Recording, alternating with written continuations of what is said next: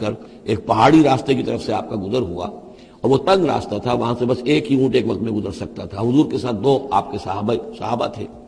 وہاں ان لوگوں نے کوشش کی، منافقین نے، کچھ لوگ تھے کہ جنہوں نے اپنے ڈھاٹے باندھ لیے کہ پہچان میں نہ آئے، اور رات کی تاریکی میں انہوں نے ہاتھ چلایا، چاہتے تھے کہ حضور کو شہید کر دیں۔ بہرحال وہاں پر جو ہے کسی طریقے سے جو 2 آپ کے جانثار ساتھی تھے انہوں نے انہیں کھدیڑا، مار کر بھگایا۔ پھر حضور نے ان کو بتا بھی دیا تھا، جن میں حضرت حذیفہ ابن یمان بھی تھے رضی اللہ تعالی عنہ، اور حضرت عمار تھے، عمار ابن یاسر، ان دونوں کو بتا دیا تھا کہ فلاں فلاں نام ہے، یہ فلاں فلاں منافق ہے، لیکن یہ میرا راز رہے گا تمہارے پاس، تم نے یہ نام کسی کو بتانے نہیں ہے۔ یہ اسی لیے حضرت حذیفہ کا نام پڑ گیا تھا صاحب سر النبی، نبی کا ایک راز ہے ان کے پاس، نبی کے ایک رازدان، وہ حضرت حذیفہ ابن یمان۔ وَهَمُّوا بِمَا لَمْ يَنَالُوا، انہوں نے تو ارادہ کیا تھا وہ چیز جو وہ حاصل نہ کر سکے، وَمَا نَقَمُوا إِلَّا أَنْ أَغْنَاهُمُ اللَّهُ وَرَسُولُهُ، اور یہ نہیں انتقام لے رہے مگر اس شے کا کہ اللہ نے اور اس کے رسول نے انہیں غنی کر دیا ہے۔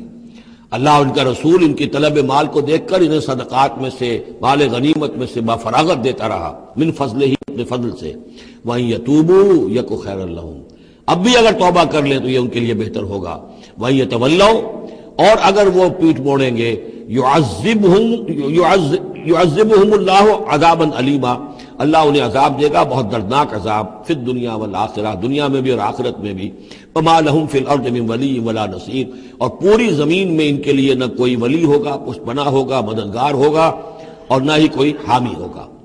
وَمِنْهُمْ مَنْ عَاهَدَ اللَّهُ، اب یہ وہ 3 آیتیں آ گئی ہیں جو میری تقریروں میں بہت مرتبہ آئی ہیں، ہم مسلمانان پاکستان کے لیے خاص لمحہ فکریہ ہیں۔ مدینہ کے منافقین کی ایک خاص قسم کا تذکرہ ہو رہا ہے۔ وَمِنْهُمْ مَنْ عَاهَدَ اللَّهُ، ان میں سے وہ لوگ بھی ہیں جنہوں نے اللہ سے عہد کیا تھا، لَئِنْ آتَانَا مِنْ فَضْلِهِ، اگر اللہ ہمیں اپنے فضل سے نواز دے گا، غنی کر دے گا، دولت دے دے گا، دولت مند کر دے گا، لَنَصَّدَّقَنَّ وَلَنَكُونَنَّ مِنَ الصَّالِحِينَ، ہم خوب صدقہ خیرات کریں گے اور نیک بن جائیں گے۔ فَلَمَّا آتَاهُم مِّن فَضْلِهِ، جب اللہ نے انہیں نواز دیا اپنے فضل سے، غنی کر دیا، بَخِلُوا بِهِ، اب اس دولت کے ساتھ بخل کیا، وَتَوَلَّوْا وَهُمْ مُعْرِضُونَ، اور پیٹھ موڑ لی اور اعراض کیا، فَعَاقَبَهُمْ نِفَاقًا فِي قُلُوبِهِمْ، تو اللہ نے سزا کے طور پر ڈال دیا ان کے دلوں میں نفاق۔ عاقبہم، عقوبت، سزا۔ دنیا میں نقد سزا یہ ملتی ہے اللہ سے کوئی وعدہ کر کے پھر جانے کی کہ نفاق جو ہے وہ دل میں پیدا ہو جاتا ہے۔ یہ نفاق ہے پاکستان کے مسلمانوں کا روگ۔ پاکستان بنایا تھا، پاکستان کا مطلب کیا؟ لا الہ الا اللہ۔ ہندوستان کے مسلمان نے ووٹ دے کر اپنا فرض کفایہ ادا کر دیا کہ جاؤ بھائی، تم جو ہم پہ گزرے گی سو گزرے گی، تم جاؤ اور اسلام قائم کرو۔ ہم نے کیا کیا ہے؟ 50 برس سے زائد ہو گئے، کیا کیا ہے؟ اسلام کہاں ہے؟ یہ بے وفائی، یہ بد عہدی، اس کا نتیجہ کیا ہے؟ 3 نفاق ہیں جو اس قوم کے اوپر مسلط ہو گئے۔ نفاق باہمی، اب وہ قوم نہیں رہی، قومیتوں میں تحلیل ہو چکی ہے، اب عصبیتیں ہیں، صوبائیت ہے، لسانیت ہے، اور نہ معلوم کیا کچھ ہے، فرقہ واریت ہے۔ دوسرے، کردار کا بیڑا غرق ہو گیا۔ آیت المنافق ثلاثن، حضور نے فرمایا منافق کی 3 نشانیاں ہیں، جس میں یہ تینوں چیزیں ہیں، خواہ وہ انسامہ وصلہ، چاہے روزہ رکھتا ہو، نماز پڑھتا ہو، اپنے آپ کو مسلمان سمجھتا وہ منافق ہے۔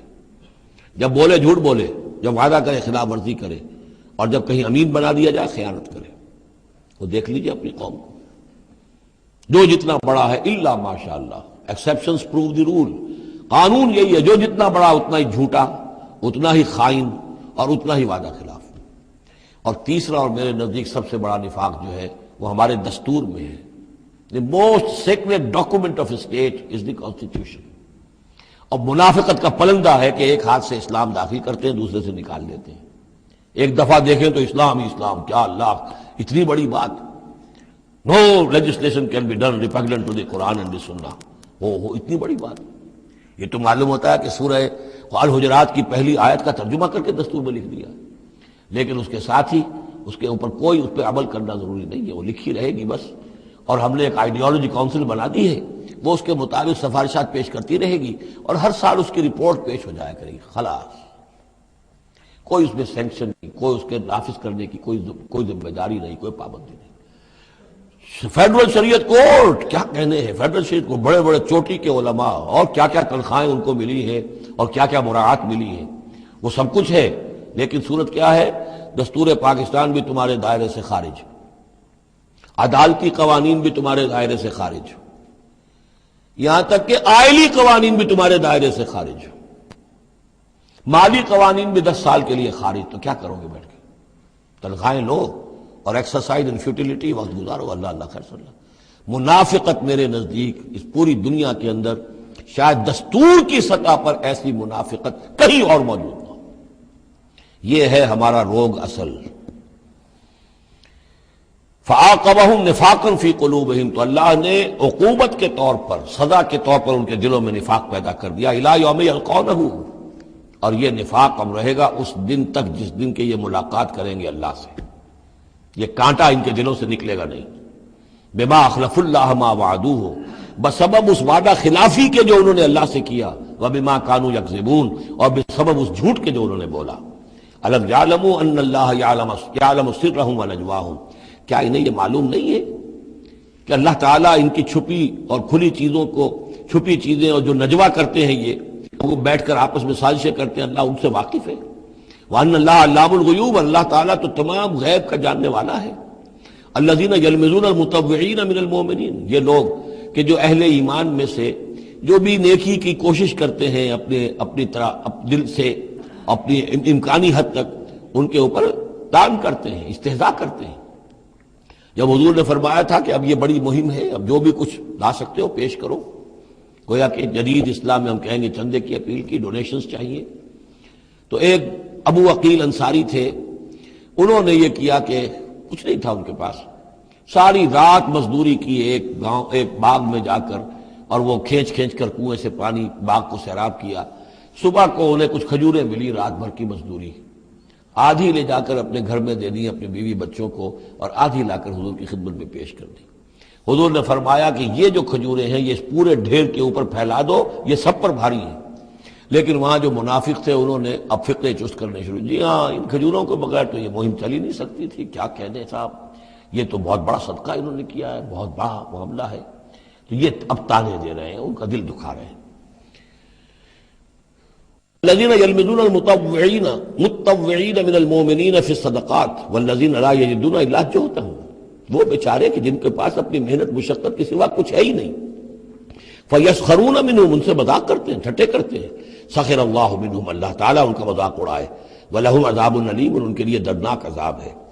استغفر لهم، اب یہ سخت ترین آیت ہے قرآن مجید میں منافقین کے لیے، یا وہ تھی جو سورہ نساء میں تھی، ان المنافقین فی الدرک الاسفل من النار، منافق آگ کے سب سے نچلے طبقے میں ہوں گے، یا یہ ہے استغفر لہم، اے نبی اب آپ ان کے لیے استغفار کریں، او لا تستغفر لہم، یا ان کے لیے استغفار نہ کریں، ان تستغفر لہم 70 مرتن، اگر آپ 70 مرتبہ بھی ان کے لیے استغفار کریں گے، فلن یغفر اللہ لہم، تب بھی اللہ تعالیٰ انہیں معاف نہیں فرمائے۔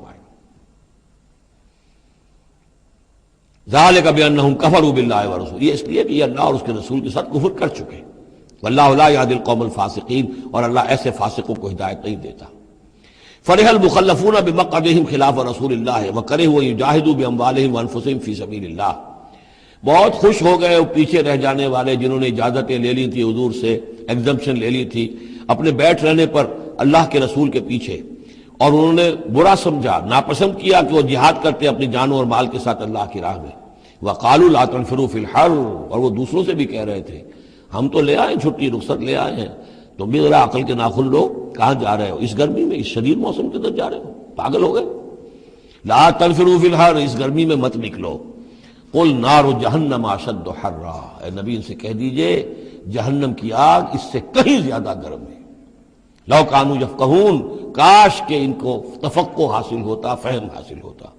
فلیضحکوا قلیلا ولیبکوا کثیرا، تو انہیں چاہیے کہ ہنسیں کم روئیں زیادہ، جزاء بما کانوا یکسبون، بدلہ اس کا کہ جو کمائی انہوں نے کی ہے۔